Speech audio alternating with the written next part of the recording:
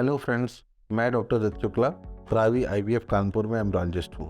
आज हम लोग बात करेंगे एक बहुत ही कॉमन जो धारणा फैल गई है आईवीएफ जो पेशेंट है उनके बीच में कि क्या आईवीएफ से जब हम लोग बच्चा पैदा करते हैं तो क्या वो बच्चा बिल्कुल सामान्य होता है, या आईवीएफ की प्रेगनेंसी जो आती है और जो नेचुरल प्रेगनेंसी आती है उनमें कोई अंतर होता है, या जो नेचुरली बच्चा पैदा होता है और जो टेस्ट ट्यूब बेबी की विधि से पैदा किया गया है उनमें कोई शारीरिक बनावट में अंतर या दिमागी रूप से कमज़ोर होते हैं।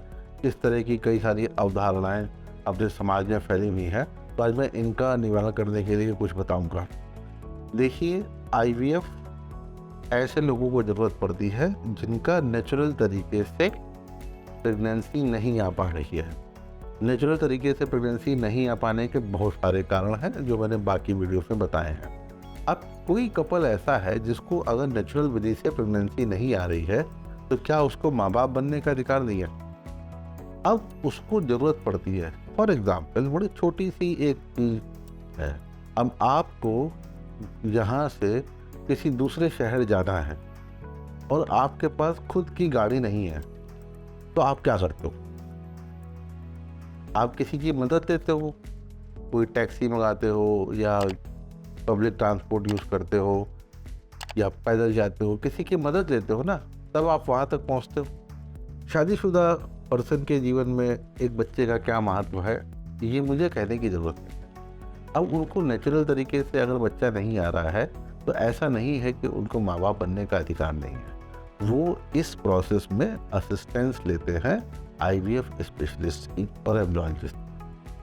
अगर वो असिस्टेंस लेते हैं और उनको प्रेगनेंसी कंसीव हो जाती है तो इस प्रकार से कंसीव हुई प्रेगनेंसी में और नॉर्मली कंसीव हुई प्रेगनेंसी में कोई भी अंतर नहीं होता।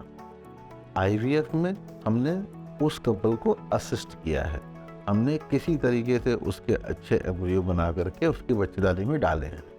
एम्ब्रियो जब बच्चेदानी में पहुंच जाता है, चाहे वो आईवीएफ से बनाया हुआ एम्ब्रियो हो, चाहे वो नेचुरली कंसीव किया हुआ एम्ब्रियो है, आगे का डेवलपमेंट सब सेम होता है, सब एक जैसा होता है। एक बार बच्चा पेट में बन जाता है तो नॉर्मल तरीके से आईवीएफ प्रेगनेंसी और आईवीएफ से आईवीएफ प्रेगनेंसी दोनों सेम तरीके से आगे बढ़ती हैं और इस प्रकार से पूरे बच्चों में शारीरिक और मानसिक रूप में कोई भी अंतर नहीं होता।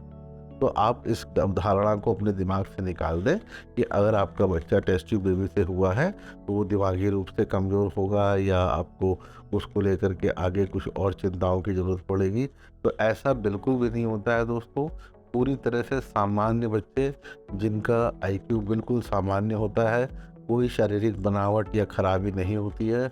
आईवीएफ के केस में अगर हम केवल आईवीएफ से पैदा हुए बच्चों की बात करें, अब देखो, नॉर्मल अगर बच्चा पैदा होता है तो कभी आपने देखा होगा उसके हाथ पैर काम नहीं करते हैं तो उसका परसेंटेज काफ़ी कम होता है नॉर्मली में। सेम उसी प्रकार से आईवीएफ के जो बच्चे होते हैं उनमें भी अगर कोई अबनॉर्मलिटी आती है तो उसका परसेंटेज काफ़ी कम होता है, क्योंकि आईवीएफ में हम बच्चा बना नहीं रहे हैं। आईवीएफ में हमने भ्रूण बना करके बच्चे के बीज को बना करके बच्चे की बच्चेदानी में डाल दिया है। अब वहाँ से जो प्रोग्रेस हो रही है उस एम्ब्रियो की, वो बिल्कुल वैसे ही हो रही है जैसी नॉर्मल प्रेगनेंसी होती है। तो इस अवधारणा को दिमाग से निकालो। आईवीएफ के बच्चे और नॉर्मल डिलीवरी के बच्चे बिल्कुल बिल्कुल बिल्कुल रूप से एक जैसे सामान्य हो।